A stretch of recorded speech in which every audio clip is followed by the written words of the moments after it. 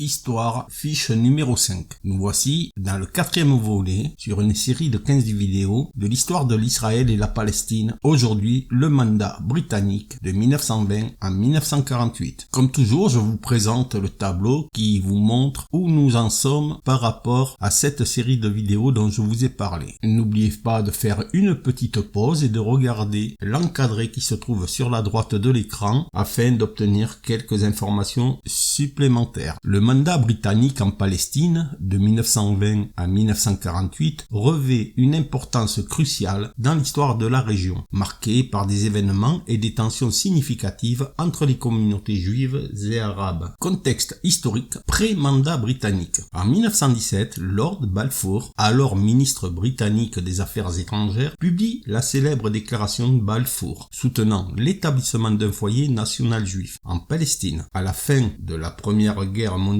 l'Empire ottoman est vaincu et la Société des Nations confie à la Grande-Bretagne le mandat sur la Palestine. Établissement du mandat britannique en Palestine. En 1920, la Société des Nations approuve officiellement le mandat britannique en Palestine en 1920. Jérusalem est placée sous administration internationale. Les Britanniques font face à la gestion complexe d'une région caractérisée par une diversité ethnique et religieuse. Cependant, la Société des Nations a rencontré des difficultés, notamment son incapacité à prévenir la Seconde Guerre mondiale. Après la Seconde Guerre mondiale, elle a été dissoute et ses fonctions ont été transférées à l'Organisation des Nations Unies, ONU, que l'on peut prononcer ONU, créée en 1945. L'ONU a repris le rôle de la Société des Nations dans la promotion de la paix et de la sécurité internationale, ainsi que dans la coopération économique et sociale entre les nations. La Société des Nations, créée après la Première Guerre mondiale par le traité de Versailles en 1919 et débutant ses activités en 1920, était une organisation internationale avec pour objectif principal de promouvoir la coopération internationale, de prévenir les conflits et d'assurer la paix mondiale. Cette initiative faisait suite aux horreurs de la Première Guerre mondiale, où l'idée d'une organisation internationale visant à éviter de futurs conflits majeurs était devenue cruciale. Les membres fondateurs, comprenant des nations alliées comme le Royaume-Uni, la France, l'Italie et le Japon, étaient convaincus que la coopération internationale, la diplomatie préventive et les mécanismes de sécurité collective pourraient contribuer à maintenir la paix. Cependant, la Société des Nations a fait face à des difficultés, en particulier son incapacité à prévenir la Seconde Guerre mondiale. À la suite de la Seconde Guerre mondiale, la Société des Nations a été dissoute et ses responsabilités ont été transférées à l'Organisation des Nations Unies, créée en 1945. L'ONU a repris le rôle de la Société des Nations dans la promotion de la paix et de la sécurité internationale, ainsi que dans la coopération économique et sociale entre les nations. L'adhésion à la Société des Nations n'était pas permanente, avec des pays qui ont rejoint, quitté ou ont été exclus au fil du temps. L'objectif ultime, malgré ses limitations, était de créer un cadre international propice à la prévention des conflits et à la préservation de la paix dans le monde. Quelques autres précisions importantes. L'ONU, ou Organisation des Nations Unies, est une organisation internationale créée après la Seconde Guerre mondiale, le 24 octobre 1945. Elle est constituée de pays membres collaborant pour résoudre des problèmes internationaux, favoriser la paix et la sécurité mondiale, développer également des relations amicales entre les nations, encourager la coopération internationale dans les domaines économiques, social, culturel et humanitaires, ainsi que promouvoir le respect des droits de l'homme. L'ONU a été créée en réponse aux leçons tirées de l'échec de son prédécesseur à prévenir la Seconde Guerre mondiale. Elle est dotée de pouvoirs plus étendus et comprend des institutions telles que l'Assemblée générale, le Conseil de sécurité, la Cour internationale de justice, le secrétariat et d'autres organes spécialisés. L'ONU sert de forum mondial où des pays tels que les États-Unis, la Chine, la Russie, la France, le Royaume-Uni et d'autres peuvent discuter et coordonner des efforts pour aborder des questions d'importance mondiale. Ces questions comprennent les conflits internationaux, les droits de l'homme, le développement durable, la santé mondiale et d'autres défis globaux. Les 5 membres permanents du Conseil de sécurité, également connus sous le nom de P5, sont la Russie, les États-Unis, la Chine, la France et le Royaume-Uni. Ces pays exercent des responsabilités spéciales envers le maintien de la paix et de la sécurité internationale conformément à la Charte des Nations Unies. Depuis l'adhésion du Monténégro en 2006 et de la République du Soudan du Sud en 2011, l'ONU compte en juin 2022 193 États sur les 180 97 qu'elle reconnaît. Les 4 États reconnus, mais non membres étant la Palestine, depuis le 29 novembre 2012, et le Vatican, à travers le Saint-Siège, qui ont un statut d'observateur, ainsi que les îles Cook et Niue. Pour éviter toute confusion et pour information, voici ce que dit le Conseil de sécurité des Nations Unies sur sa page officielle présentant les membres. Membres actuels en 2023, membres permanents et membres non permanents. Le Conseil de sécurité se compose de 15 membres, donc 5 membres permanents, Chine, États-Unis d'Amérique, Fédération de Russie, France et Royaume-Uni, et 10 membres élus par l'Assemblée générale pour un mandat de 2 ans, qui sont l'Albanie, le Brésil, les Émirats arabes unis, l'Équateur, le Gabon, le Ghana, le Japon, Malte, le Mozambique et la Suisse. Les États non membres du Conseil de sécurité. Plus de 50 États membres des Nations Unies n'ont jamais été membres du Conseil de sécurité. Tout État membre des Nations Unies, qui n'est pas membre du Conseil de sécurité, peut être convié à participer sans droit de vote à la discussion de toute question soumise au Conseil lorsque celui-ci estime que les intérêts de ce membre sont particulièrement affectés. Tout État, qu'il soit membre des Nations Unies ou non, s'il est partie à un différend examiné par le Conseil de sécurité, peut être convié à participer sans droit de vote aux discussions relatives de ce différend. Le Conseil détermine les conditions qu'il estime juste de mettre à la participation d'un État qui n'est pas membre de l'organisation. Doit-on dire Nations Unies ou ONU? Les Nations Unies englobent tous les membres de l'organisation, y compris l'Assemblée générale des Nations Unies. L'ONU, en tant qu'organisation, comprend le Conseil de sécurité de l'ONU et le secrétaire général de l'ONU. Les deux termes se réfèrent en réalité à la même entité. Nations Unies est souvent utilisé de manière informelle, tandis que Organisation des Nations Unies, l'ONU, est le terme officiel et complet employé dans tous les journaux, communiqués, documents officiels, communications officielles, discours diplomatiques, etc.